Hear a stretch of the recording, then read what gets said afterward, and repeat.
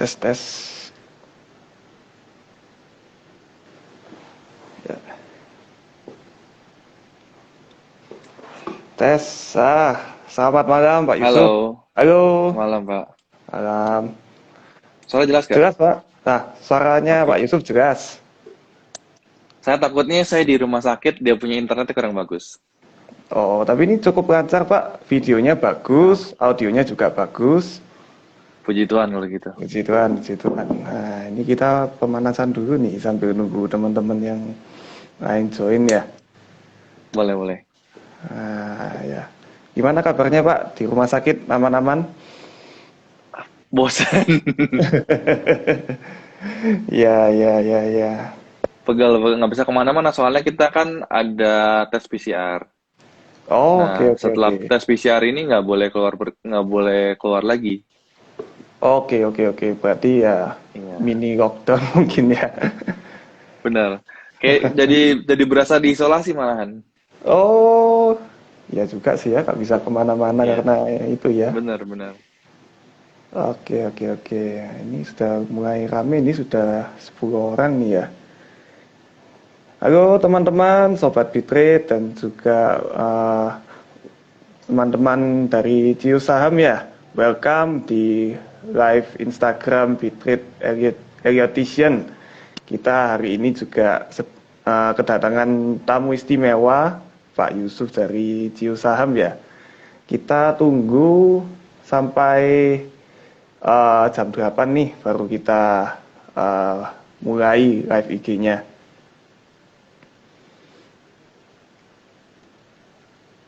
Pak William tinggal di Surabaya Barat, Saya di Surabaya Timur, Pak.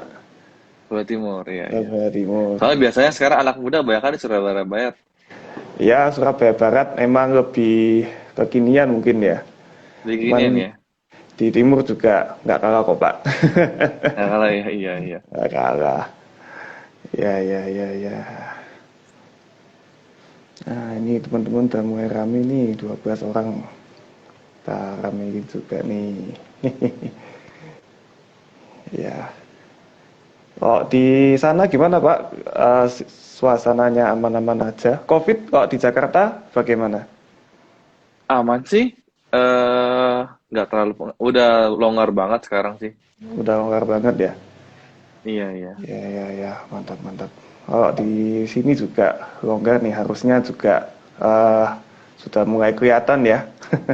Iya. Kalau Kemarin pandemi. ke Tunjungan Plaza sih rame. Oh iya, sudah Iya. semakin normal. Harusnya juga, Kemarin katanya weekend itu per hari udah bisa 12.000 pengunjung. ya harusnya segitu, Pak.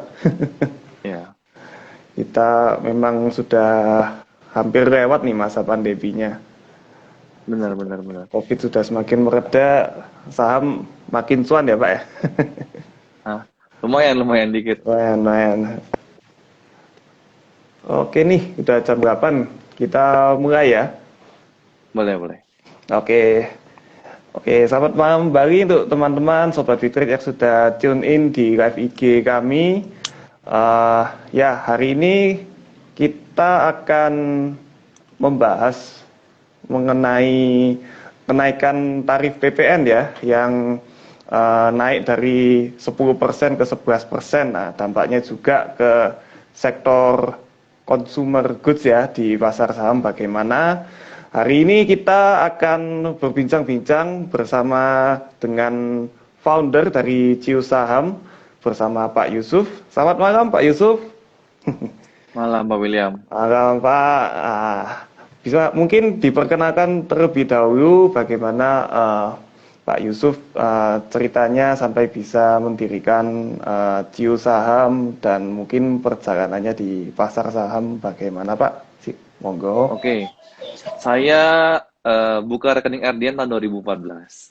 Oke, berarti 8 Waktu tahun itu lalu. mungkin Bluebird masih seharga 8 ribuan. Sekarang kan Oke, masih tinggal seribuan tuh sekarang ya. Dulu seribuan zaman betul-betul. dulu itu Bluebird saya beli di 8 ribuan dan sempat untung juga gitu. Cuman waktu itu ngerasa kayaknya karena dulu belum ngerti ya tentang fundamental maupun tentang technical Hmm. analysis, jadi mungkin lebih ke karena keberuntungan aja. Oke, Nah, oke. jadi mungkin di pertengahan 2017 2018 sempat masuk lagi, habis itu sempat quit lagi, ya tapi memang fokusnya lebih ke bisnis, lebih ke usaha. Oke. Dan 2020 sebenarnya saya mungkin angkatan corona iya, cuman nggak pas banget. Saya mungkin baru sekitar bulan Agustus ya, Agustus baru baru mulai join lagi. Tapi di Oke. saat itu mungkin orang pada bilang, wah beli sama apa aja naik gitu ya. Benar Ya. mungkin, tapi pas 2021-nya saya bulan 2 kalau nggak salah, saya juga mengalami penurunan gitu. Mm. Nah, jadi saya mulai belajar sama teman-teman teknik analisis, fundamental gitu ya. Elliott Mm. Wave sempat belajar juga, cuman ngerasa kayak Oke. susah banget, bukan bukan saya gitu kayaknya. Jadi saya Ya, udah ya.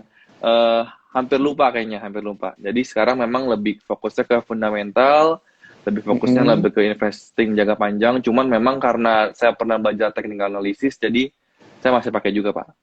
Oke, oke. Nah, Nah, saya sendiri sebenarnya bantu usaha orang tua saya, sebuah mm-mm. toko roti namanya Capital Bakery. Sekarang kita punya 13 outlet di Jakarta, Oke. Bekasi, dan Tangerang. Oke, Nah, jadi oke. kebetulan nih memang yang PPN 10% ke 11% ini memang kita Kerasa juga ya, Pak ya? ngalamin ya. Ah. Benar, karena kita juga perusahaan kita udah PKP di tahun 2015, jadi kita Mm. merasakan kenaikan itu. Cuma sebenarnya di akhir, mungkin di pertengahan bulan Maret ya, sudah Mm. banyak banget supplier yang informasikan ke kita dan mereka menganjurkan kita men-stok terlebih dahulu atau mengorder terlebih dahulu. Mungkin Mm-mm. pengiriman di bulan 4 nggak apa-apa, di bulan 5 nggak apa-apa, tapi mungkin PO-nya keluar dulu di bulan PO-nya 3 Maret ya. gitu. Ya, PO-nya Maret. Jadi hitungannya masih penjualan bulan Maret gitu. Masih 10% waktu itu ya, Pak ya. Masih 10% tuh. Iya, ini sejak bulan April sudah 11% nih. Nah, selain kita akan membahas mengenai PPN 11%, dampaknya ke market, tentu saja kita akan membahas saham-saham pilihan ya, mungkin dari Pak Yusuf juga, dari kita, dari Bitrate juga. Nah, teman-teman Sobat Bitrate dan teman-teman yang lain, follower dari Jiu Saham, bisa tanya di komentar ya. Nah, untuk teman-teman yang mau tanya apapun mengenai pasar saham, mau tanya ke Pak Yusuf atau ke saya, bisa, kita welcome banget hari ini di live IG juga. Kita juga santai, tapi kita akan juga membahas topik yang eh, cukup seru ini mengenai BPN naik 1% gitu ya.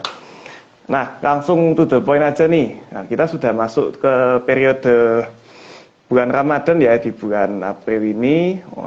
Sudah teman-teman kita yang Muslim sudah mulai puasa, kemudian ada kenaikan Betul. PPN 11%, sebelumnya dari 10 ke 11 naik 10% ya per 1 April kemarin. Nah, kira-kira kalau menurut Pak Yusuf nih, bagaimana dampaknya dari kenaikan PPN ini ke emiten-emiten konsumer gitu, emiten-emiten retail, dari sisi Pak Yusuf bagaimana? Kalau saya pribadi, karena kebetulan saya juga di sektor retail juga sebenarnya, memang kita ada kenaikan. Cuman sebenarnya kenaikannya itu sebenarnya tidak terlalu besar. Nah, cuman memang bagi saya kenaikan PPN menjadi 11% ini mungkin timingnya kurang tepat. Kenapa saya bilang Oke, begitu? Karena beberapa akhir ini kita tahu kenaikan harga komoditas sangat tinggi sekali. Ya kan, betul. harga batu bara naik-naikan, ya kan. Habis itu harga minyak goreng, ya kan. Ini semua orang mengalaminya, benar kan? Dan kita Iya, misalkan toko roti gitu ya, pakai minyaknya cukup banyak gitu. Nah, ini restoran-restoran juga kan yang menggunakan minyak goreng itu pasti berdampak sekali. Dan betul. beberapa lama yang nggak lalu itu juga harga listrik juga naik. Oh Habis itu iya, harga gas juga naik. gas juga naik Habis itu juga. nggak lama ini baru benar-benar nggak lama 1 minggu terakhir ini harga BBM juga naik. Iya, betul. Nah, jadi ini sebenarnya yang benar-benar mempengaruhi ini sebenarnya bagi saya bukan PPN ya. Justru harga yang lainnya ini yang udah naik duluan, nah ditambah lagi dengan PPN. Jadi kita kayaknya udah dicekik ditambah lagi gitu loh. Ditambah parah lagi gitu. Iya, iya, iya, iya. Nah, kalau ke dunia saham begitu, kira-kira dampaknya ini bagaimana, Pak? Apakah bisa mengurangi performa dari emiten retail misalnya gitu? Kalau retail sendiri saya rasa sudah terlihat di beberapa laporan keuangan. Saya sempat bahas dengan saham misalkan Mayora gitu kan, ini saham Oke, yang memang fundamentalnya bagus, mereka juga ekspornya juga banyak, tapi memang komposisi HPP-nya mereka ini cukup besar. Nah, oke, terus pas kuartal ketiga 2021, saya udah lihat nih, wah kayaknya Mayora bakal turun lagi karena komposisi HPP-nya ini kayaknya udah nggak gitu sehat bagus. sebenarnya. HPP-nya makin besar. Nah, ternyata kemarin Mayora sudah merilis laporan keuangan mereka kuartal keempat, dan memang HPP-nya itu memang membesar kembali. Nah, itu salah satu contoh yang ada di emiten seperti Mayora. Nah, Unilever sebenarnya juga sama. Kalau dilihat, ya ini Unilever juga di 2021 laporan keuangannya juga menurun ya. Menurun ya. Pendapatannya menurun, laba bersihnya juga menurun. Ya, ini itu aja belum terkena dengan dampak yang mungkin di kuartal pertama 2022 belum kelihatan ya kan, harga SPO naik, harga batu bara naik dan lain-lain ya kan. Mungkin nanti di kuartal pertama atau kuartal kedua 2022 ini mungkin akan lebih parah lagi mungkin ya menurut saya. Ya, Nah, tapi ya mungkin ada harapannya juga kan, sekarang pandemi sudah membaik ya kan. Mungkin ada betul. beberapa, sama contoh misalkan RALS ya kan. Ini kan Ya, momentum yang paling indah buat dia gitu kan. betul. Saat mereka lebaran, itu adalah momentum terbaik. Nah, sayangnya pas tahun lalu itu lebaran memang jatuh juga di kuartal 2 2021. Tapi sayangnya RALS waktu itu belum membaik. Ya, mungkin Nah, kita karena nggak tahu COVID juga ya. RALS benar seperti itu. Jadi memang menurut saya sempat setiap emiten mungkin punya punya apa ya? Punya katalis positif dan negatifnya masing-masing.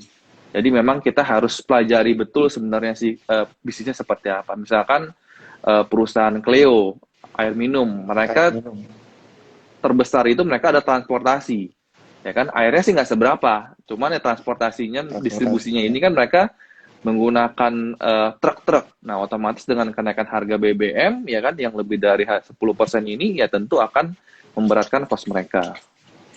Oke. Nah, menarik tadi Pak Yusuf ya sempat bicara mengenai kalau setiap emiten itu kan punya katalis masing-masing nih. Nah, Betul.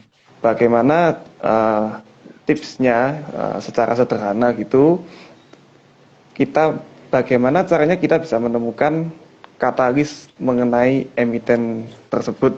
Misal mungkin tadi emitennya Clio, kalau misalnya emitennya let's say emiten konsumer yang lagi in misalnya, oke lah, misal kayak Unilever gitu, bagaimana kita Hmm. menemukan katalisnya, Pak? Oke. Kalau saya sih karena memang akhir-akhir ini lebih suka belajar fundamental, jadi saya benar-benar eh, mempelajari bisnisnya ya. Misalkan kayak kemarin kebetulan minggu lalu kan saya sempat ke daerah Surabaya, Sidoarjo, jadi sempat ketemu dengan direktur operasionalnya Cleo. Jadi kita bisa ngobrol banyak, bisa lebih tahu lagi perusahaannya sebenarnya seperti apa sih. Dan mereka juga cerita nih, mereka lagi growth-nya luar biasa. Hmm, Mereka tahun 2000 kuartal pertama 2022 ini mereka bisa growth double digit gitu, dan oke, mereka akan memperbesar, mereka punya gudang, mereka bakal beli 8 gudang baru. Ini kan yang mungkin kita sulit tahunya, cuma kalau kita benar-benar bisa mempelajari bisnisnya kita akan lebih pede gitu loh, dengan ya, porsi yang mungkin kita lebih besar. Nah, tentunya saya sendiri juga karena eh, belajar teknik analisis, saya mungkin melihat momentumnya juga gitu loh. Misalkan RS-nya lagi di bawah ya, mungkin saya bisa tambah posisi gitu. Biasanya kadang-kadang saya nambah posisi juga, saya melihat timing juga. Saya kebetulan kan investasi jangka panjang, cuma saya mengambil timingnya mungkin ya mengambil timing seperti misalkan RSI-nya lagi misalkan lagi oversold gitu. oke, oke, oke. Ya, nah kalau kita juga tahu sekarang ini lagi momen Ramadan nih. Nah, biasanya Hmm. kok ini kan juga ada momentum untuk kenaikan produk ya, permintaan produk-produk retail. Nah, kalau secara historis dan menurut Pak Yusuf sendiri itu eh, dampaknya itu apakah akan besar khususnya di masa-masa sekarang di mana tadi banyak harga-harga naik ya? Apakah akan tetap ikut dengan historis yang sudah lewat, momen Ramadan ini bisa menaikkan performa dari industri retail, atau kalau sekarang situasinya seperti ini dengan harga bahan bakar naik, kemudian juga ada kekhawatiran nanti harga bahan-bahan pokok juga ikut naik. Nah, bagaimana Pak Yusuf menyikapi uh, momentum Ramadan plus kondisi yang ada sekarang? Kalau saya pribadi sih, misalkan contoh seperti RLS, menurut saya sih pemerintah kan kali ini tahun ini udah terang-terangan ya bilang kalau misalkan boleh mudik gitu ya, Betul. asal vaksin booster gitu ya. Ini menurut saya ini udah uh, informasi yang sangat positif sekali untuk misalkan emiten seperti RLS ini, dan saya positif harusnya sih di laporan keuangan kuartal kedua 2022 ini harusnya RLS bagus. Nah, tinggal dan memang kalau tidak hanya ngomong Ramadan, kenapa? Karena si RLS ini walaupun memang hutangnya juga kecil, bahkan tidak Nah, punya hutang bank, kasnya itu kurang lebih 1 triliunan, dan mereka juga mengganti mereka bisnis model mereka. Ini menarik sih menurut saya, karena mereka sekarang lebih investasi ke plaza-plaza. Di situ juga ada Ramayananya, ada S Hardware-nya, ada Jeko-nya, ada XXI yang sewa tempat ke mereka. Jadi mereka tidak hanya lagi oke. menjual baju, tapi mereka punya namanya recurring income.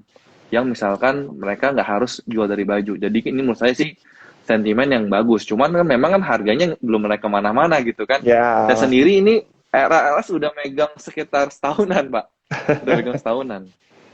Ini harga belum kemana-mana ya. Memang kalau kita uh, plus minus ya menurut saya ya, kadang-kadang ada beberapa hal yang menurut saya yang memang dari segi technical analysis menarik. Misalkan kita bisa menggunakan metode buy on breakout ya kan dengan volume yang besar. Kadang-kadang ini kan kalau kita menggunakan fundamental kayaknya kurang masuk gitu. Nah, jadi menurut saya tergantung sih sebenarnya dua-duanya. Saya ngomong nggak ada yang jelek, nggak ada yang bagus. Tinggal cocoknya sebenarnya di mana kalau menurut saya. Oke, oke, oke. Nah, untuk misalkan consumer good sendiri, menurut saya balik lagi ke perusahaannya lagi. Dan kalau menurut saya sih memang belum kelihatan ya.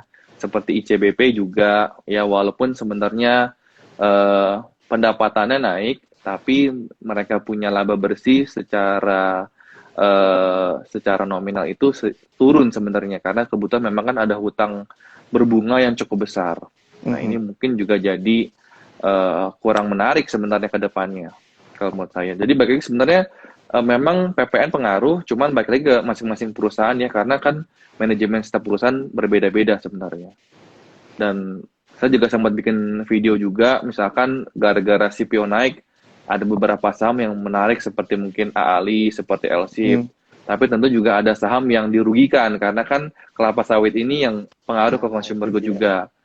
Misalkan harga batu bara ya udah pasti Adaro kayak ITMG harganya udah naik ke karuan. Cuman saham-saham seperti semen ya SMGR ya kan, nah mereka juga pasti HPP-nya akan lebih besar lagi karena kenaikan harga batu bara ini. Jadi sebenarnya di saat ada satu berita ada yang saham yang diuntungkan, ada sektor yang diuntungkan, otomatis Mhm. juga ada sektor yang dirugikan, Pak. Iya, jadi nggak bisa semua untung gitu ya Pak ya. Benar, benar, benar. Oke, nah ini ada nih pertanyaan dari penonton nih. Kalau UNVR gimana nih Pak? Mungkin eh, UNTR, secara umum Unilever dari oh Belgium Unilever. Production ya. Ya, Unilever sih kalau menurut saya secara fundamental sih belum menarik ya.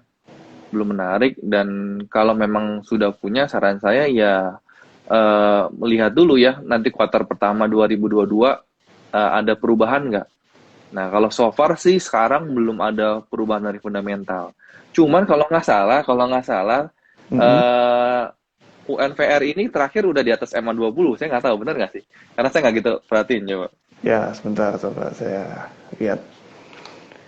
Kalau dari eh, bidang usahanya, apakah sudah menarik, Pak?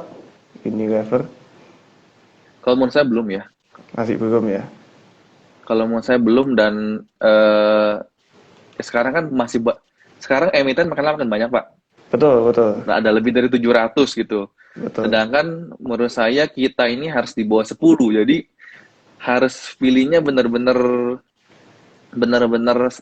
apa? Benar-benar harus selektif sekali. Dan Misalkan spesifik konstruksi ya. ya kita cuma boleh megang satu doang, properti boleh megang satu doang nih, jangan Ah, pegang banyak-banyak gitu. Banking kita megang satu misalkan, komoditas misalkan megang satu gitu. oke, oke, oke. Nah, ini menarik nih. Ada kita tadi Pak Yusuf ngomong mengenai stock pick dan memanage portofolio ya. Teman tadi juga menjawab mengenai Unilever itu sekarang bicara moving average, harganya memang sudah di atas MA20 tapi masih cenderung sideways ini di range Iya. Lagi tapi 3.500. masih di bawah MA 50 dia. Ah ya itu dia. Iya. Jadi secara Biasa sih saya cenderung ya MA 20 Golden Cross MA 50. MA50 ya Pak. Ah, oke, Iya, oke, oke. kalau saya. Ya ya biasanya kan MA60 nih. Kalau Pak Oh, Yusuf, Bapak MA 60 ya. Saya biasa iya. MA 20 sama 50 Golden Cross biasanya. Oke, oke. Itu mungkin juga bisa dicoba nih teman-teman yang nonton nih. Mungkin coba cari Golden Cross MA20 dan MA50. Nah, balik lagi tadi Pak Yusuf sempat bilang mengenai memilih saham. Nah, kalau Pak Yusuf mengatur portofolio saham itu, eh, bagaimana mendiversifikasi portofolionya. Jadi sektor apa yang perlu ada, kemudian kenapa kok dari satu sektor itu jangan banyak-banyak dan eh, kenapa kok harus dibatasin stock pick-nya. Ya. Oh, silakan Pak. Soalnya kalau pertama saya mungkin ngebatasin 10, Pak. Hmm, Sebenarnya idealnya sih saya pengennya 6 sampai 8. Nah, oke. kenapa? Karena kalau kebanyakan kita mau kontrolnya juga susah, monitornya juga susah, ya kan? Terus ya karena mungkin beberapa temen nih juga sharing ke saya, Pak ini bantuin dong portfolio niat gimana ya kan? Banyak yang nyangkut mungkin di saham konstruksi dan mirip-mirip lagi, ya kan di Adikarya, PTPP, lagi Oke. turun semuanya turun gitu, ya kan? Ya. Dan cut loss nggak tega gitu kan? Jadi ya jadi gimana? Jadi menurut saya ya memang harus harus makanya sebelum kita beli benar-benar harus pasti ini kita mau yang mana. Misalkan contoh tahun lalu saya juga ada cut loss di saham WIM. Memang WIM ini lagi naik nih dibanding GGRM sama MSP. Mm-mm. Memang dulu saya pas pertama kali beli, saya ngeliat ini perusahaannya sebenarnya bagus, nggak ada hutang bank. Di antara GGRM dan HMSP juga lumayan. Cuman pas waktu itu Sri Mulyani mengumumkan cukai rokok naik, Nah, ya. bagi saya sektor ini udah tidak menarik lagi gitu loh. Karena HPP-nya terlalu besar. HPP-nya terlalu besar menyebabkan net profitnya kecil. Jadi net profit saham rokok ini udah di bawah 10% dan cenderung akan mendekati di bawah 5%. Nah, ini kalau cukainya makin besar lagi, salah sedikit Mana aja nih? udah minus gitu loh. Jadi kayak baginya saya nggak menarik gitu. Mendingan kita ya karena kita tujuannya adalah kita ambil contoh karena kita ingin berinvestasi di sebuah perusahaan, ya pasti kita ingin berinvestasi di perusahaan yang mungkin bisa menghasilkan laba yang besar dong. Bukan Mm-mm. menghasilkan laba yang pas-pasan, bukan atau apalagi Iya. laba yang kecil atau bahkan perusahaan yang minus gitu loh. Jadi ya bagi saya udah nggak menarik gitu. Jadi saya waktu itu ya putuskan cut di saham BIM, saya move on ke tempat yang sektor yang lain gitu. Oke, oke. Berarti kalau kalau boleh tahu gitu di portofolionya Pak Yusuf ada berapa sektor saham, Pak? Bagi saya sekarang kebetulan saya pakai Google Sheet begitu ya. Cuman memang kalau di sektor sekarang ini sedikit kurang enak dibandingkan dulu. Karena kalau sekarang di IDX ini kan dibagikan finance, property, non Mm-mm. cyclical, cyclical. Nah, beberapa ini yang menurut saya nggak seenak dulu gitu loh. Kalau dulu kan misalkan ada jelas banget gitu ya. Kalau sekarang Ya, lebih digabungkan gitu, cyclicalnya digabungkan. Nah, jadi kalau saya sih di beberapa kayak komoditas saya pasti pilih gitu kan. Habis itu properti karena saya lumayan mengerti ya, dan ada kebetulan kemarin saya juga ketemu salah satu direkturnya ya, jadi saya lebih pede lagi nih Pak pegang Iya. sahamnya gitu loh. Ya.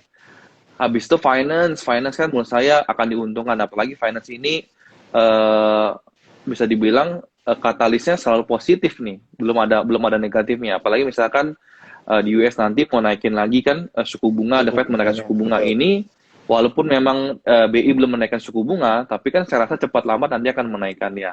Otomatis laba mereka akan semakin bagus. Ini menurut saya 2021.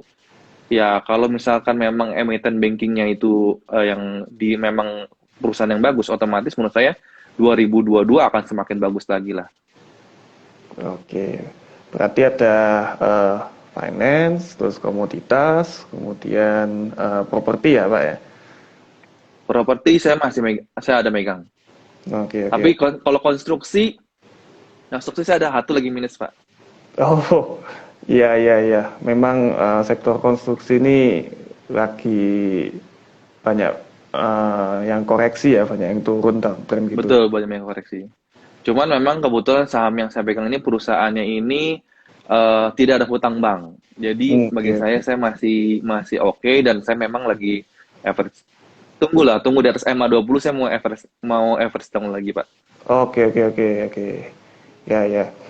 Menarik Pak, jadi Pak Yusuf ini juga mengkombinasikan technical analysis dengan fundamental analisis ya, untuk Betul. membeli saham yang akan dimasukkan ke portofolio. Nah, boleh share dong Pak tips-tips analisa fundamental, poin-poin apa saja yang perlu diperhatikan sama Sobat Bitrade di sini dan juga teman-teman dari Geo Saham. Mungkin satu hal yang menarik yang saya belajar tahun 2021. Karena 2021 saya belajar juga sama teman-teman yang lebih hebat daripada saya. Kok mereka bisa gitu, average mereka punya portfolio growth itu di atas 20%.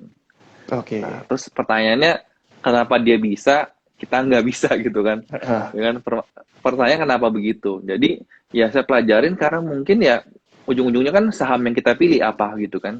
Habis itu money manajemennya seperti apa. Lalu saya pikir, apa bedanya saham yang saya pilih dengan saham yang dipilih? Nah, ya. akhirnya saya menemukan sebuah kunci adalah, memang saya waktu itu lebih ngelihat ke PR-nya murah, PBV-nya murah gitu kan, Hmm. valuasinya masih murah. Tapi mungkin itu bisa menjadi value trap atau sahamnya benar-benar murahan, bukan murah Bukan gitu. murah Nah, tapi jadi bernilai ya. iya.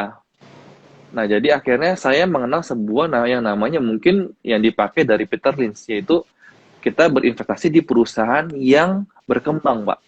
Nah, jadi Hmm. berkembang ini, kata-kata growth ini kelihatannya gampang, tapi nggak gampang. Nah, jadi kalau dulu saya lebih lihat yang murah, tapi sekarang saya berubah mindsetnya. Saya lebih mungkin beli perusahaan yang tidak terlalu murah, tapi kualitas perusahaannya bagus dan perusahaannya terus berkembang. Dan Oke. ternyata memang di Bursa Efek Indonesia ini banyak, ya bukan banyak ya, mungkin ya minimal lah, ya ada 10 ya perusahaan yang memang bahkan anti pandemi, Mbak. 2020 masih 2021 naik, ya. 2021 masih naik, ya, dan Sekarang saya rasa masih akan terus bagus. naik. Hmm. Betul, memang ada perusahaan yang berkualitas seperti itu. Banyak nggak? Nggak banyak. Nah, makanya kita pilihnya yang kalau mungkin seperti itu, menurut saya kita punya nafas juga jadi panjang. Kita bisa hold period kita bisa lebih panjang. Dan saya sendiri sekarang, dulu mungkin ke 1 bulan kayak susah banget. Kayak udah untung 10% udah lepas, Pak. Pas Oke. menjadi swing trader ya mungkin, atau Ya, ya, day ya. trader dulu ya kan. Ya udah 10% ya kan, kita taruh di deposito kan baru 6%, belum dipotong pajak ya kan. Iya. Nah, jadi saya pikir 10% udah lumayan gitu kan. Tapi kok pas untungnya 10, pas minusnya banyak gitu kan. Karena Hmm. mungkin dulu nggak disiplin ya. Dulu nggak disiplin. Jadi ya saya pikir eh, gimana caranya ya kan, kita mikir-mikir, ya udah akhirnya mindsetnya kita ubah, mencari perusahaan yang terus growth. Nah, makanya kenapa saya nggak suka saham seperti Unilever, karena perusahaannya kebalik, Pak. Perusahaannya tidak growth lagi. Oh, gimana itu Pak? Kok bisa tidak growth lagi? Ya karena pendapatannya turun, Pak. Paling gampang, pendapatan turun, laba bersih turun. Oke, oke, oke. Berarti memang Hmm. eh, laba bersih itu wajib mutlak untuk dilihat, diperhatikan ya. Termasuk tadi Bagi saya iya. HPP-nya juga ya. Saya ambil contoh Oke. misalkan ada saham agro sama saham BRIS. Nah, ya, Ini kan, gimana itu, Pak? nah ini kebetulan sama-sama banking. Nah, kebetulan waktu itu kalau mungkin sekitar sebulan terakhir ini kalau lihat itu udah di atas MA20 dan Mm-mm. mau golden cross MA50. Mau ya, tapi belum. Maunya belum. Nah, mau tapi belum. Tapi kalau dilihat di agro, dia itu akhirnya tidak berhasil golden cross dan Mm-mm. bahkan dia malah jebol supportnya. Nah, itu Pak, bagaimana itu? Nah, dan terus saya kebetulan agro baru merilis laporan keuangannya kalau nggak salah nggak sampai 1 minggu. Dan agro Ya. itu minus. Oh, Jadi ya udah saya disiplin cut loss. Bagi ya, saya kayaknya nggak ada alasan satu satu alasan pun untuk saya tetap memegang dia karena untuk fundamentalnya jelek, invest di habis agro itu ya. jebol support. Apalagi yang Apa mau mau dipilih diinvestasikan lagi. mungkin ya? Betul. Nah, beda sama BRIS. BRIS saya Mm-mm. lihat, oh kebetulan laba bersihnya bagus, walaupun mungkin sekarang udah mendekati daerah supportnya. Ya, Nggak menjadi naik nih, ya kan? Jadi kalau mungkin BRIS, mungkin kalau saya masih bisa hold daripada kayak agro saya mendingan ke atas aja. oke. Kalau review laporan keuangan itu, kalau Pak Yusuf, apakah setiap rilis laporan keuangan dicek atau mungkin per semester gitu, Pak? Per semester, per Per semester. semester berarti setahun 2 kali gitu? Setahun, sorry, per quarter, Oh, per quarter ya? Berarti empat per kali quarter. setahun. Iya, Ya, benar. ya. Makanya kayak ini sekarang ini lagi momen seru-serunya. Kenapa? Karena ya banyak emiten yang lagi merilis laporan keuangan. Hmm, berarti Jadi jadi, kalau masih bagus ya kita hold aja. oh, oke, oke, oke. Nah, Nah, tapi saya juga mungkin kombainin, Pak. Saya mm-mm. mungkin pengalaman tahun 2020 nih, 2021. Ya, tahun lalu Ada nih, Pak. beberapa emiten. Ya, Pak, tahun lalu. Ada beberapa emiten. Mungkin kan pikir, wah ini harusnya bisa bisa targetnya tinggi gitu ya. Ya, Terus saya udah profit 20%. Ya, udah oke. floating profit 20%. Tapi saya nggak TP, Pak. Nggak DP. Saya nggak TP, akhirnya minus. Loh, kok bisa, Pak? Ya kan mungkin sekarang kan udah 2022 kan. Ternyata Betul, betul. di perjalanan di November di Desember ini dia malah turun gitu. Nah, mungkin Oh, nggak salah di Oktober kalau nggak salah saya lagi bagus. Oktober November tiba-tiba Desember sama yang saya punya tiba-tiba turun. Nah, jadi saya mungkin sekarang mungkin kalau saya style saya sekarang karena kan saya ngerti teknik analisis. Jadi mm-mm. kalau misalkan harganya udah di bawah harga MA20, saya minimal TP sebagian dulu, Pak. Diamanin dulu ya. Diamanin dulu, bener. Diamanin dulu. Diamanin dulu. Daripada saya nanti nggak dapat apa-apa. Ya kalau naik, saya masih punya. Kalau turun, ya mungkin saya sisa belasan persen, saya TP lagi gitu. Oke, oke, oke. Berarti MA20 ini kunci nih. Kalau saya, Ya, Pak. Nah, terus kalau sekarang nih secara fundamental, secara umum Pak, kalau valuasi dari saham-saham retail gitu, bagaimana menurut Pak Yusuf? retail bagi saya ada beberapa yang menarik ya. Kita ada beberapa menarik. Saya sendiri ada invest juga di beberapa perusahaan retail. Tapi yang paling tidak labanya naik, Pak.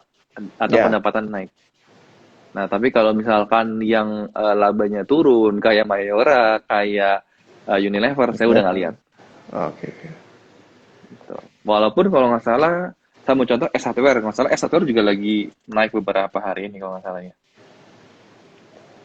Ya, gimana Pak? Tadi sempat S Hardware ya lagi dia kan sudah di atas MA20, cuman belum golden cross sama MA50. Cuman kalau saya pribadi, saya lihat kemarin saya ada lihat YouTuber yang lain juga sharing tentang analisa S Hardware. Ya memang tahun 2020 2001 kemarin mereka kan banyak menutup tokonya, otomatis mm, pendapatan berkurang. Nah, tapi kalau saya lihat ya butuh waktu. Jadi ya saya mendingan nggak dulu. Saya mendingan skip cari saham yang memang udah kelihatan bertumbuh aja kalau saya. kelihatan bertumbuh ya. Ya, mantap sih. Karena banyak orang itu tertipu dengan yang tadi Pak Yusuf bilang, kelihatannya murah, padahal sudah murahan mungkin ya Pak bahasanya ya. Murahan, benar-benar. Ya. Itu eh, kalau kita lihat juga saham-saham yang mencari saham yang murah tapi nggak murahan itu, eh, kalau menurut Pak Yusuf bagaimana?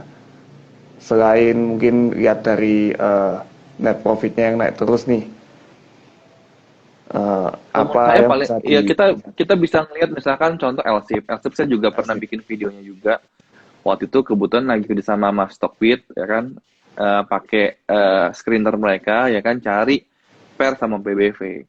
Nah, tapi kebetulan kan memang waktu itu harga CPO naik, cuman harga sahamnya belum naik. Jadi Mm-mm. sebenarnya ada lagging, kayak saham komoditas lah, saham batu bara. Kan harga batu baranya udah naik, harga saham batu baranya belum naik. Mm-mm. Jadi sebenarnya masih dikasih kesempatan waktu itu. Kasih kesempatan nih, jadi satu, laporan keuangannya bagus, secara skinner juga bagus, sama technical analysis juga bagus, Pak. Jadi langsung Technical sikat waktu analysis. itu LSIP. Berarti lampu hijau semua nih. Lampu hijau, benar. Lampu hijau semua. Dan misalkan kalau sekarang juga kan belum ada sentimen negatif nih buat misalkan batu bara, buat Mm-mm. CPO. Jadi bagi saya ya saya masih tetap hold terus sih. Oke. Iya, berarti sentimen dan juga kalau emiten itu ada korelasinya dengan komoditas, harga komoditasnya bisa dipantau terus nih. Kalau harga komoditasnya naik, kemungkinan besar eh, harga sahamnya juga ikut naik ya Pak ya, seperti Bisa CPO. jadi, tapi menurut saya tidak langsung real time ya. Jangan, oh tiba-tiba nih besok harga batu bara naik, kita harga sahamnya naik. Enggak juga. Gitu. Makanya saya bilang kemarin kan sempat lagging tuh, ada lagging. Betul. Jadi lagging ini sebenarnya bisa manfaatin buat kita. Dan saya pelajarin juga nih, bahwa ada hal yang menarik dari buku dari Bro Rifan Kurniawan. Dia kan sempat tulis buku namanya Multibagger. Nah, Mm-mm. saya lihat kriteria saham multibagger seperti apa sih? Ya kan mungkin seperti turnaround company, dan juga mungkin yang gampang itu sebenarnya adalah saham komoditas. Jadi Oke. misalkan yang berhubungan dengan minyak, ya atau emas, atau nikel, ya kan, atau gas. Nah, ini yang kemungkinan ini sangat menarik gitu loh. Atau Mm. CPO. Nah, jadi sebenarnya kalau kita mau lirik, ya itu boleh cari saham-saham yang berhubungan dengan komoditas. Oke. Nah, ini mau menanggapi pertanyaan dari teman-teman di kolom komentar nih, ada Kak Koirul Anam, emiten rokok bagaimana bos? Nah, gimana Pak kalau emiten Kalau rokok? saya Kalau saya lewat, saya nggak lirik dulu. Oke, mungkin karena cukainya itu juga ya Pak ya. Betul. Saya belum melihat ada hal yang menarik di sentimen rokok, dan dari laporan laba ruginya juga belum ada yang menarik sih. Jadi kenapa sih kadang-kadang kita harus milih saham emiten itu, das Ya, masih banyak emiten lain yang menarik gitu loh. iya. Padahal kan pasar saham kita sektornya banyak sekali ya. Benar, benar, benar. Ya, atau mungkin ada kesulitan untuk move on mungkin Pak. Karena kan dulu contoh nih saham AMSP, WIM sempat berjaya, GGRM juga berjaya. Terus sekarang Betul, betul. em, Setuju, setuju. kalau kita lihat chartnya itu, wah ini harganya murah nih. Harusnya karena dulu sempat naik tinggi, mungkin sekarang atau mungkin beberapa bulan ke depan akan naik. Nah, mungkin itu jadi jebakan gagal move on mungkin Pak. Nah, gimana caranya supaya kita tuh bisa move on dari saham yang satu yang nggak bisa dilirik itu, supaya kita nggak terdistract mungkin bahasanya ya ke saham-saham Hmm. yang sudah nggak perform lagi gitu Pak. Nah, kalau saya pribadi, menurut saya ya harus cut loss ya. Dan saya belajar cut loss itu bukan hanya untuk seorang trader. Jadi untuk seorang investor pun kalau memang lihat ke depan yang ada potensi ya harus cut loss gitu loh. Walaupun kalau kita tahu nonton videonya Pak Lok Heng itu nggak pernah cut loss gitu ya. Cuman mungkin kesabaran dia kan levelnya mungkin udah level dewa gitu ya. Ya, Kalau kita model. mungkin kan uang kita terbatas dan waktu kita juga terbatas. Oleh karena itu kan kita lebih pingin portfolio kita kan terus growth. Nah, tapi saya belajar juga misalkan dari tahun 2020 di mana Warren Buffett sendiri aja dia meng-cut loss saham airlines, di mana sebenarnya setelah dia cut loss nggak sampai 2 bulan itu sahamnya udah rebound lagi. Hmm. Cuman ya memang karena bagi dia fundamental udah nggak menarik, mungkin bakal lama lagi naik sahamnya gitu kan, makanya ya udah mendingan dia cut loss. Tapi menurut saya belajar dari dia, oh kalau ternyata Pak Warren Buffett aja ya kan, yang Ya, udah puluhan tahun di tahu. bursa aja, dia aja berani cut loss, masa kita nggak berani cut loss gitu loh.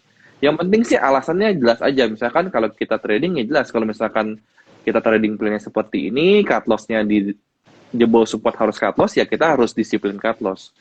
Walaupun dia nanti naik lagi ya kita mau ngambil lagi atau nggak ngambil lagi terserah. Yang penting kita udah disiplin dulu.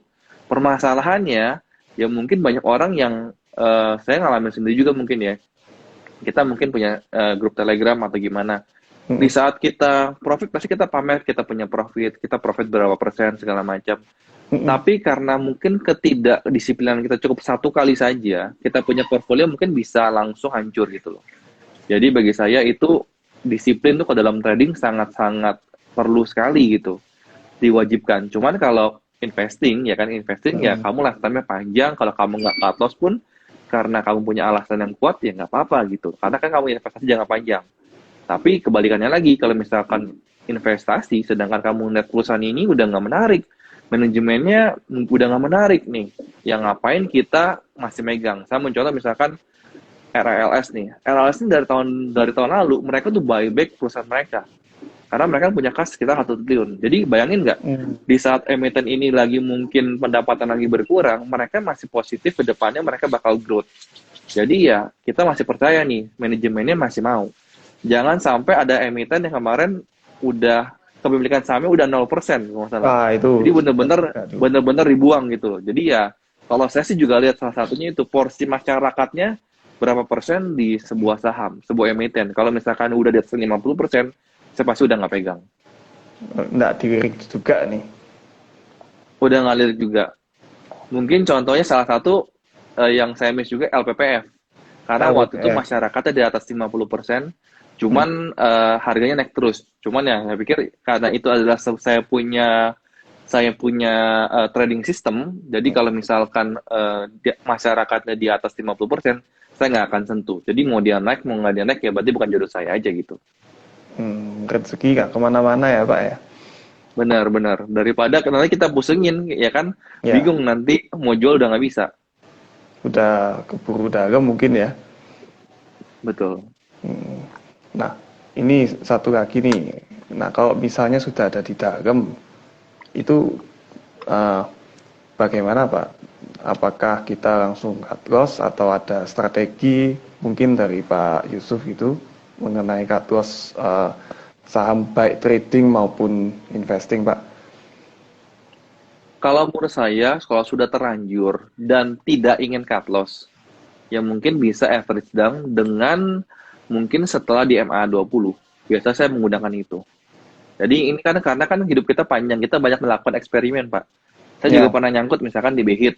Ini memang BHIT oke. mungkin ya nggak ada hubungan dengan fundamental ya. Mm, Ya pure memang waktu itu ya udah pinginnya trading aja. Ngambil sempet lama ya kan sempet nyangkut juga. Habis itu ya udah pas di atas MA20 kita masuk lagi dan mm. berhasil keluar dan berhasil profit. Mungkin Nah, waktunya nggak cepat ya, mungkin sekitar sekitar 4 atau 5 bulanan gitu. Cuman ya udah berhasil keluar gitu. dan Nah, profit lagi. kalau misalkan investing dan profit lagi, investing juga sama menurut saya ya. Kalau misalkan saya yang minus juga ada beberapa, ya. Tapi kan saya memang nggak megang saya juga nggak lebih dari 10. Jadi kalau minus juga, saya biasa minus nggak lebih dari 10%. Begituannya seperti itu. Jadi masih Ya. dia, paling paling banyak deh minus minus 9%, Pak. Paling banyak minus Oh, 9%. Jadi total biasanya belinya nggak portofolionya ya. terlalu mahal. Iya, biasa belinya nggak terlalu mahal. Jadi kalau minusnya juga nggak banyak-banyak amat. Ya, jadi kalau kita averaging down juga paling ya berkurangnya kan cuma bisa jadi misalkan langsung jadi minus 5% doang. Iya, betul, betul, betul. Ya, supaya portofolio kita juga nggak kebakaran gitu ya, Pak. Benar, benar. Ya, ya, ya. Nah, kalau saham-saham pengelola mall ini diuntungkan nggak di momen Ramadan? Ada pertanyaan dari teman kita Gravity Store nih. Menurut saya sangat diuntungkan sekali ya, sangat diuntungkan. Dan dari kebetulan saya kemarin sempat ketemu dengan salah satu direktur di Pakuan Jati. Mereka Mm. kan punya mall, ini orang Surabaya tahu lah, Tunjungan Plaza, Betul. Pakuan Mall dan lain-lain ya. Mereka juga baru beli 2 tahun yang lalu baru beli Hartono Mall ya kan di Solo, di Jogja gitu kan. Bahkan mereka juga bakal bikin mall lagi di Semarang. Dan kabar baiknya, Pakuan ini 50%-nya itu mereka punya return tuh dari recurring income. Mm-mm. Beda dengan mungkin emiten yang lain yang terus menjual properti baru. Tapi Pakuan Jati ini kebetulan memang setengahnya pendapatannya itu dari recurring income dari sewanya dia. Jadi sewa mall lah, sewa tenan, sewa dan segala macam itu 50%-nya. Jadi dan mereka saat pandemi mereka punya okupansi itu di atas 92% walaupun pandemi. Jadi mereka punya pendapatan selalu ada walaupun mungkin mereka memberikan free sewa ya, sempat kemarin free Mm-mm. sewa, cuman tetap ada service charge-nya. Jadi pendapatannya oke, dan kebetulan nih kayak misalkan Pakuan udah merilis laporan keuangan mereka juga bagus. Ya, beberapa emiten properti menurut saya ini lagging ya. Kalau emiten properti bukan konstruksi ya, tapi properti. Properti Ada ya. beberapa yang bagus menurut saya, laporan keuangannya udah keluar di 2021 ini. eh, Laporan keuangannya bagus, tapi harganya masih menurut saya masih cukup murah. Nah, ini ada lagging kalau menurut saya. Jadi kalau belum punya ya boleh dilirik menurut saya Sektor properti ya, Pak ya. properti. Kalau konstruksi yang menarik nggak terlalu banyak karena hutangnya terlalu besar dan net profitnya terlalu kecil menurut saya. Oke, oke, oke, oke. Nah, tadi Pak Yusuf sering ngomong tentang recurring income nih. Nah, mungkin untuk teman-teman di sini yang belum paham recurring income bisa dijelasin Pak, recurring income itu apa dan seberapa penting recurring income untuk performa sebuah perusahaan. Oke, nah sebenarnya ini tergantung emiten ya. Jadi nggak semua emiten punya recurring income.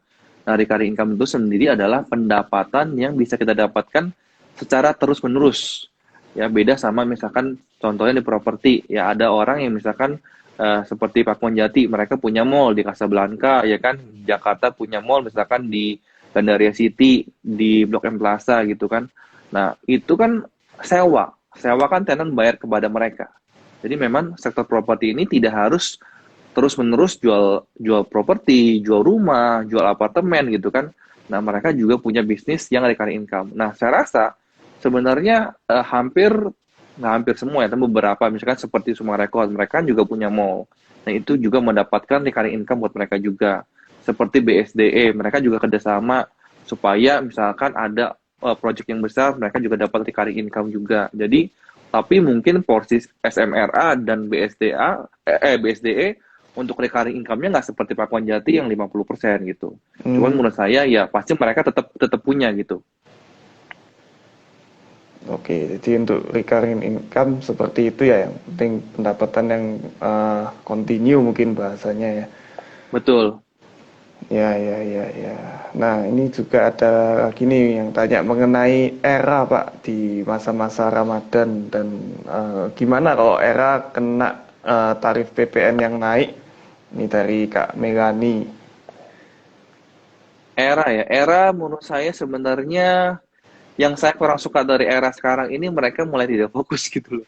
Kalau Oh, bagi saya. ya, tidak fokusnya Karena bagaimana, Pak? kan tidak fokusnya karena kan mereka sekarang kerjasama dengan Paris Baguette, mereka Hmm, bikin bakery, habis itu mereka bikin brand sport juga, JD Sport gitu kan. Udah buka di beberapa mall. Dan sebenarnya kan era ini fokusnya sebenarnya kan lebih ke gadget ya sebenarnya. Mereka punya ya. iBox, punya Urban Republic, mereka sendiri jadi distributor distributor Xiaomi, distributor DJI, distributor Xiaomi, dan mereka sebenarnya sudah menjadi market leader, Pak. Harusnya tetap fokus ke sana kalau menurut saya. Cuman ya mungkin kan pendapat orang berbeda-beda, mereka pingin mencari bisnis yang baru terus. Cuman kalau saya Hmm. lebih suka ke emiten yang benar-benar fokus ke main bisnisnya gitu, Pak. Ya, oke, oke. Kenapa kok Pak kok cari yang fokus ke main bisnisnya? Kan kalau misalnya mereka buka bisnis yang lain, mungkin itu jadi mungkin possible jadi recurring income atau mungkin juga eh, kantong telur yang lain nih untuk menjaga kelangsungan bisnisnya, Pak? Sebenarnya nggak ada yang benar, nggak ada yang salah ya. Cuman kalau Hmm. menurut saya kan kita pingin investasi di sebuah perusahaan yang menjadi market leader, Pak.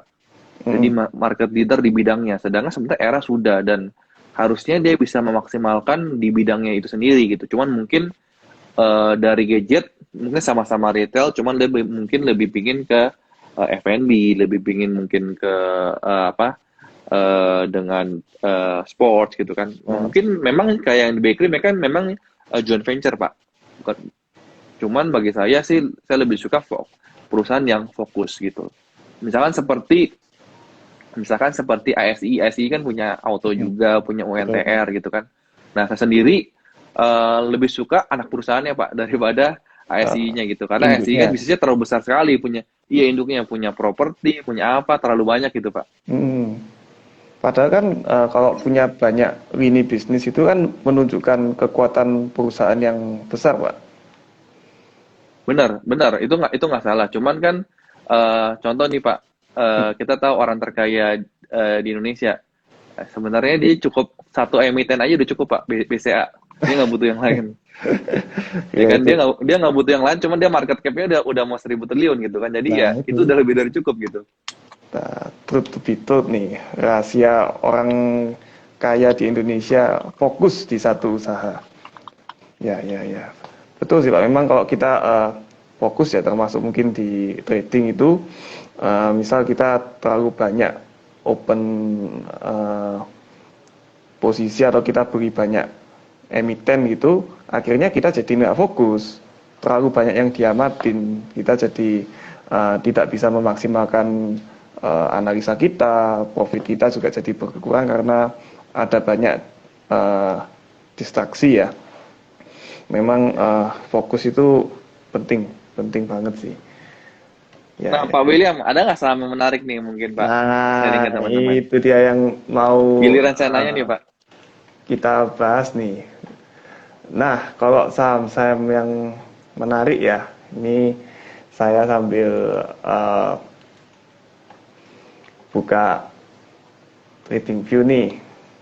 Nah, kalau hari-hari ini nih bisa teman-teman yang lagi join, saham properti ini cukup menarik untuk kita start uh, beli ya, mengingat ini lagi masih di fase-fase koreksinya. Cocok seperti yang Pak Yusuf ngomong tadi, memang kelihatannya belum gerak, padahal yang lain sudah gerak. Memang lagging, tapi ada potensi kenaikan yang cukup menjanjikan dari sektor properti ini. Nah, mungkin kalau sahamnya CTRA bagus, BSDE juga bagus, kemudian SMRA ya. Kalau dari sektor properti ini secara teknikal memang masih di fase downtrend. Kalau kita lihat MA20-nya harga juga di bawah, ada yang di bawah MA20 seperti CTRA, kemudian uh, kalau kita lihat BSDE juga sama, tapi kelihatannya juga koreksinya akan semakin terbatas, mengingat juga kalau kita bicara indikator stokastik RSI-nya untuk BSDE, kemudian CTRA ini sudah jenuh jual sebetulnya. Jadi ada Iya, iya. peluang CTRA, BSD ini naik lah dalam waktu dekat ini. Sebetulnya SMRA juga sama, sudah jenuh jual. Uh, Malah kalau SMRA ini sudah mulai kelihatan ada candle doji nih. Nah ini ada peluang akan reversal ya. Sama yang Pasti penting support juga ya. pasti support juga. Ini kita tetap perlu jaga level supportnya aja. Kalau jebol support, ya mau nggak mau ya kita harus disiplin cut loss untuk trading. Nah, cuman mungkin kalau investing lain mungkin ya yang jadi pertimbangan untuk cut lossnya. Nah, kalau menurut Pak Yusuf ini tiga saham tadi nih, CTRA, BSDE, SMRA, apakah ada yang cocok dengan screeningnya Pak Yusuf? Mungkin dari sisi Kalau fundamental. menurut saya sih, kalau yang Bapak bilang tadi, bentar. CTRA saya lihat belum lihat laporan keuangannya. Kalau SMRA sih bagus, Pak. SMRA. SMRA bagus. BSDE juga BSDE juga bagus, Pak.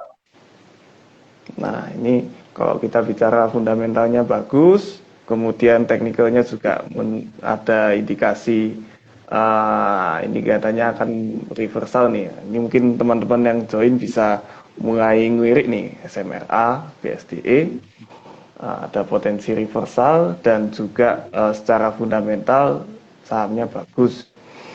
Mungkin kalau BTW, gimana? properti ada sebenarnya masih ada katalis positif, Pak. Nah, gimana Walaupun Pak? PPN sudah naik menjadi 11% 11%, ya? tapi masih ada diskon 50%. Diskon gimana tuh Pak?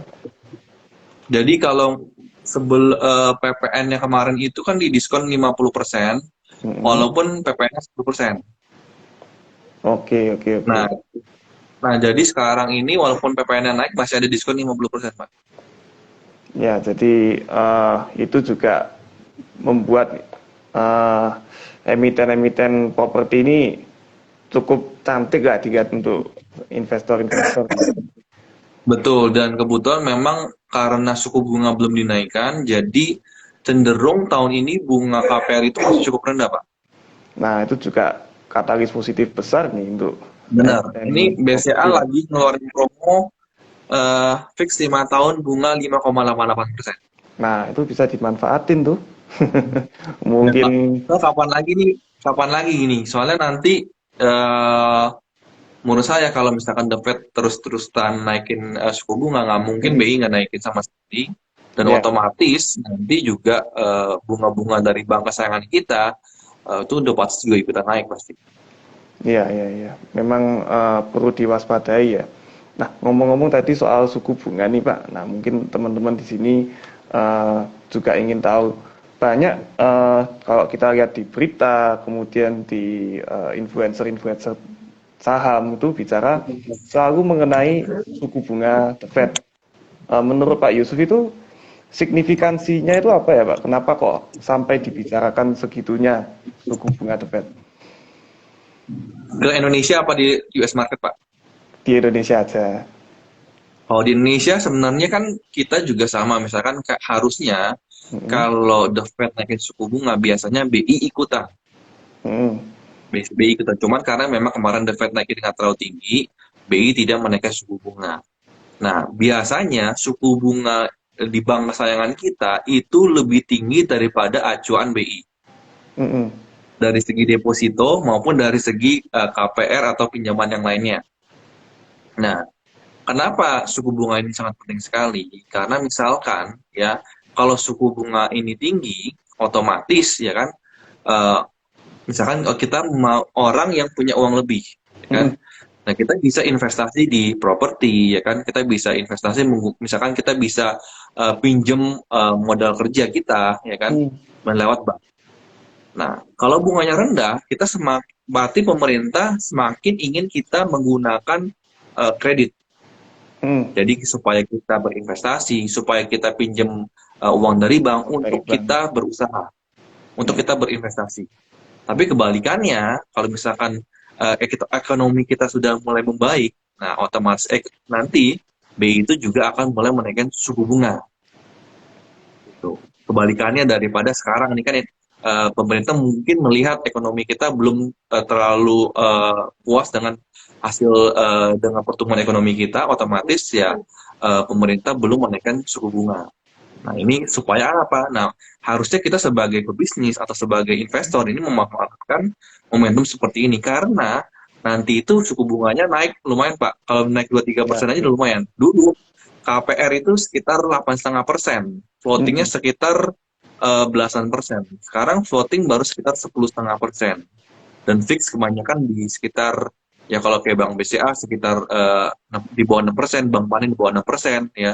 Beberapa bank ya cuma 8,5%. Itu sih jarang ada gitu. Ini cuman Ini eh, momen ini. dari momen dari pandemi kemarin masih di bawah sampai tahun 2022 ini. Oke, oke, oke. Nah, itu teman-teman kenapa suku bunga bank penting sekali dan eh, akan sangat berdampak ke pasar saham ya. Ah, Pak, ini udah nggak terasa nih udah jam 9 kurang 3 menit.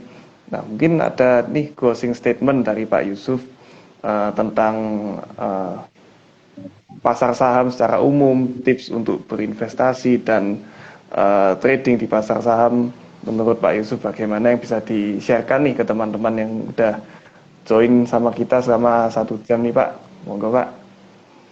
Menurut saya pasar saham itu adalah tempat di mana kita berinvestasi dari modal kecil sampai modal besar. Hmm. Jadi dan ini bisa dibilang resikonya paling kecil dan paling liquid, Pak. Oke. Jadi kita misalkan di NFT atau di properti atau di equity crowdfunding itu Mm-mm. tidak liquid, ya. Dan bisa properti harus dengan nominal besar, ya kan. Ya. Memang kelebihan dari properti mereka bisa menggunakan leverage. Nah, tapi di saham kita bisa menggunakan dengan modal kecil dan saya sudah melihat beberapa orang yang menggunakan modal kecil bisa juga menjadi miliarder. Nah, Mm-mm. walaupun saya sendiri masih belum, Pak, masih belajar step by step. Cuman saya percaya kalau di pasar saham ini kalau kita konsisten, kita terus mau belajar, dan menurut saya memang di pasar saham itu nggak gampang menurut saya. Mau Mm-mm. trading, mau Mau investasi investing. bukan hal yang mudah. Jadi mungkin butuh minimal saya rasa 2 tahun benar-benar belajar. Ya, either kamu mau di trading belajar tentang psikologinya, tentang money managementnya, tentang disiplinnya, tentang plan manajemennya, ya di fundamentalnya kamu belajar tentang analisa laporan keuangan, belajar tentang bagaimana sebuah perusahaan ini bisa bertumbuh, Mm-mm. perusahaan ini sebenarnya manajemennya seperti apa, itu butuh waktu buat belajar, nggak bisa 1 bulan gitu, nggak bisa. Jadi pasti sebagai seorang trader atau seorang investor pasti naik turun, Pak, pasti menurut saya pasti seperti itu. Dan Prosesnya ujung-ujungnya ya. orang yang bisa bertahanlah yang nanti akan bisa sukses di pasar saham ini. Makanya kalau Pak Lokehong itu suka bilang, katanya di pasar saham itu kunci adalah bersabar. Orang yang memindahkan uangnya dari orang yang tidak sabar memindahkan uang ke orang yang bersabar. Nah, kalau Pak Lengkong kan sudah membuktikan tuh dari zaman dia dulu masih muda sampai sekarang asetnya triliunan gitu kan. Ini kan bukan 1 hari 2 hari tapi terus dikompondingkan. Jadi ya mudah-mudahan kita di sini yang masih muda-muda dan Mm-mm. teman-teman juga yang nonton live ini bisa sama-sama terus berinvestasi di Bursa Efek Indonesia, karena menurut saya Bursa Efek Indonesia ini tempat yang bagus banget buat kita investasi daripada kita taruh di tempat yang investasi bodong atau yang lainnya gitu kan. Ini sebenarnya cenderung lebih aman dibanding investasi yang lainnya. Ya. Oke, Pak Yusuf. Thank you untuk waktunya. Sama seperti yang Pak Yusuf sampaikan tadi, harus banyak belajar. Kemudian pasar saham ini tempat yang aman. Jadi memang mungkin return tidak sebombastis yang dijanjikan di tempat-tempat lain, tapi aman, bukan bodong. Dan teman-teman juga bisa eh, bersabar, berproses sebagai trader maupun investor di pasar saham dengan hal-hal yang tadi sudah kita sharekan ya Pak ya, mengenai kondisi market, ekonomi, BPN dan juga analisa fundamental dan teknikal. Seharusnya kita secara jangka panjang akan bisa profit rame-rame ya. Ya, thank you Pak Amin, amin. untuk waktunya, untuk sharingnya. Sukses terus untuk Pak Yusuf dan juga Ciu Sama-sama, Pak. Saham. Dan thank you banget untuk teman-teman Sobat Bitrade, teman-teman dari Ciu Saham yang sudah setia nih ikut live IG bareng kita berdua. Mohon maaf kalau ada omongan mungkin yang kurang berkenan, dan semoga sesi IG Live hari ini bisa jadi inspirasi dan berkat untuk teman-teman yang ikut IG Live kita. Thank you untuk waktunya semuanya. Kita jumpa lagi di IG Live selanjutnya. Thank you. Kita Thank you Pak William. Nanti pamit next dulu time ya. diundang di IG kita ya. Boleh. Ya, siap Pak. Oke, thank you Pak. Oke, Malam. thank you.